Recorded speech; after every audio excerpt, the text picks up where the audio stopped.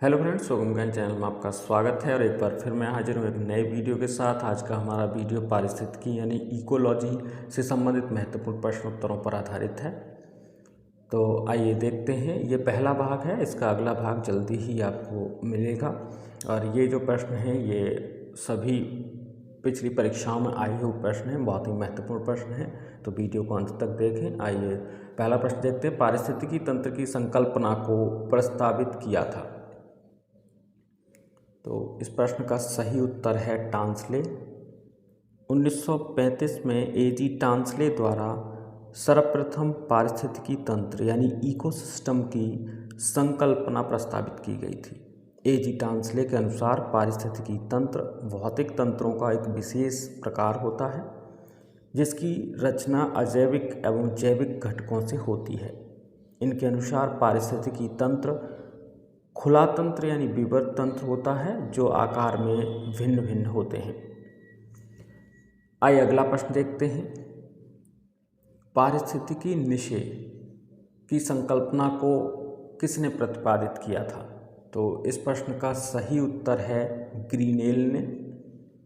पारिस्थितिकी निषय शब्द को सर्वप्रथम जोसेफ ग्रीनेल ने 1917 में प्रस्तुत किया था, जिसे इन्होंने सूक्ष्म आवास माइक्रो हैबिटेट्स कहा था। आइए अगला प्रश्न देखते हैं। निम्नलिखित में से कौन सा एक कृत्रिम पारितंत्र है? तो इस प्रश्न का सही उत्तर है खेत। अगर हम वन या तालाब की बात करें तो वन, तालाब तथा झील प्राकृतिक पारितंत्र हैं, जबकि बगीचा तथा खेत मानव निर्मित कृत्रिम पारितंत्र हैं। आइए अगला प्रश्न देखते हैं। एक मनुष्य के जीवन को पूर्ण रूप से धारणीय करने के लिए आवश्यक न्यूनतम भूमि को क्या कहते हैं? तो इस प्रश्न का सही उत्तर है पारिस्थितिकीय पदछाप। पारिस्थितिकीय पदछाप या पदचिन्ह पृथ्वी के पारिस्थितिक तंत्रों पर मानवीय मांग का एक मापक है। यह इंसान की मांग की तुलना पृथ्वी की पारिस्थितिकी के पुनरुत्पादन करने की क्षमता से करता है। अगला प्रश्न देखते हैं। निम्नलिखित में से कौन एक केवल जीव द्वारा ग्रहण किए गए दिक् स्थान का ही नहीं बल्कि जीवों के समुदाय में उसकी कार्यात्मक भूमिका का भी वर्णन करता है? तो इस प्रश्न का सही उत्तर है पारिस्थितिक कर्मता। पारिस्थितिक कर्मता पद द्वारा केवल किसी जीव द्वारा ग्रहण किए गए स्थान का ही नहीं बल्कि जीवों के समुदाय में उसकी कार्यात्मक भूमिका का भी वर्णन किया जाता है। आइए अगला प्रश्न देखते हैं। निम्नलिखित में से कौन सा एक पारिस्थितिकी तंत्र पृथ्वी के सर्वाधिक क्षेत्र पर फैला हुआ है? तो इस प्रश्न का सही उत्तर है सामुद्रिक। पारिस्थितिक तंत्र मुख्यतः दो प्रकार का होता है, एक स्थलीय पारिस्थितिकी तंत्र और दूसरा जलीय या सामुद्रिक पारिस्थितिकी तंत्र। पृथ्वी के लगभग 71% भाग पर जलीय पारिस्थितिकी तंत्र का विस्तार है, अतः यह तंत्र विश्व के सर्वाधिक क्षेत्र पर फैला हुआ है। आइए अगला प्रश्न देखते हैं। निम्न में से कौन सा एक पारिस्थितिकी संतुलन बनाए रखने में मदद नहीं करता? तो इस प्रश्न का सही उत्तर है वनों को काटना।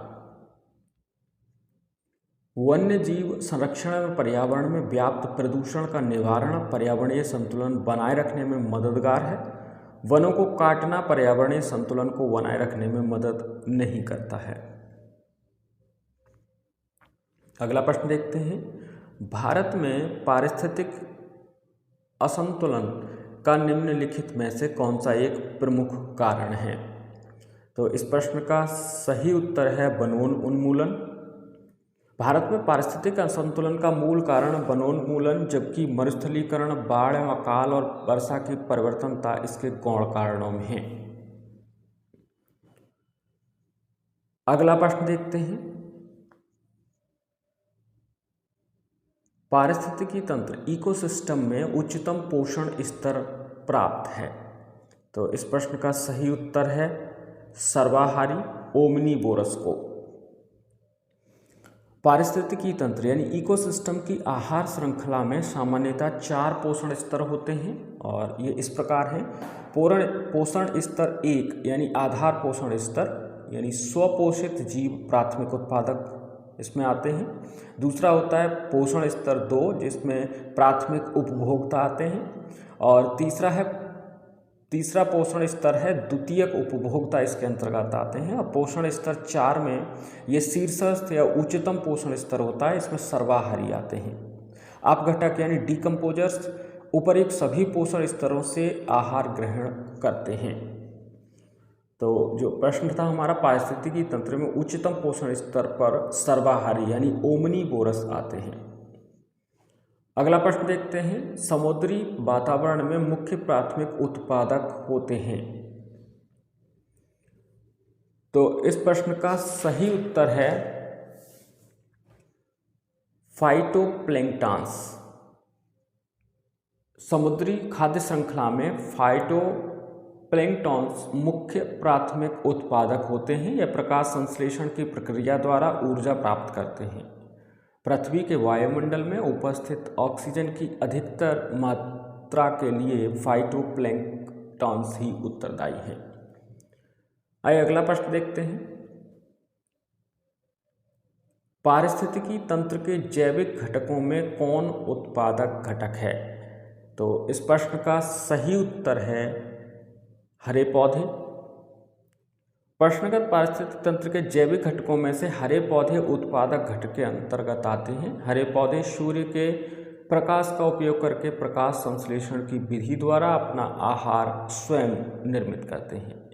इस प्रकार पौधों को स्वपोषित ऑटोट्रॉफ्स भी कहा जाता है। हरे पौधे मानव सहित समस्त जंतुओं के लिए प्रत्यक्ष अथवा अप्रत्यक्ष रूप से आहार एवं ऊर्जा की आपूर्ति करते हैं। आइए अगला प्रश्न देखते हैं, एक घास स्थलीय पारिस्थितिकी तंत्र के खाद्य श्रृंखला में विभिन्न घटकों का सही क्रम क्या है? तो इस प्रश्न का सही उत्तर है घास, टिड्डा, मेंढक और सर्प। घास को टिड्डा खाता है, टिड्डा को मेंढक और मेंढक को सर्प। तो खाद्य श्रृंखला में विभिन्न घटकों का जो क्रम है वो घास, टिड्डा, मेंढक और सर्प है। जिसमें हम बात करें तो घास उत्पादक श्रेणी में आएगा, टिड्डा प्राथमिक उपभोक्ता, मेंढक द्वितीयक उपभोक्ता और सर्प तृतीयक उपभोक्ता। तो ये थे हमारे आज के वीडियो के प्रश्न। हमें उम्मीद है आपको पसंद आए होंगे। ये पहला भाग था पारिस्थितिकी का, जल्दी ही हम दूसरा भाग लेके आएंगे जिसमें और जो बचे हुए प्रश्न हैं उनको हम डिस्कस करेंगे। हमें उम्मीद है आपको ये पसंद आए होंगे। तो प्लीज़ हमारा वीडियो शेयर कर दीजिए, लाइक कर दीजिए और अगर अभी तक आपने शुभम ज्ञान चैनल को सब्सक्राइब नहीं किया है तो प्लीज़ सब्सक्राइब कर लीजिए।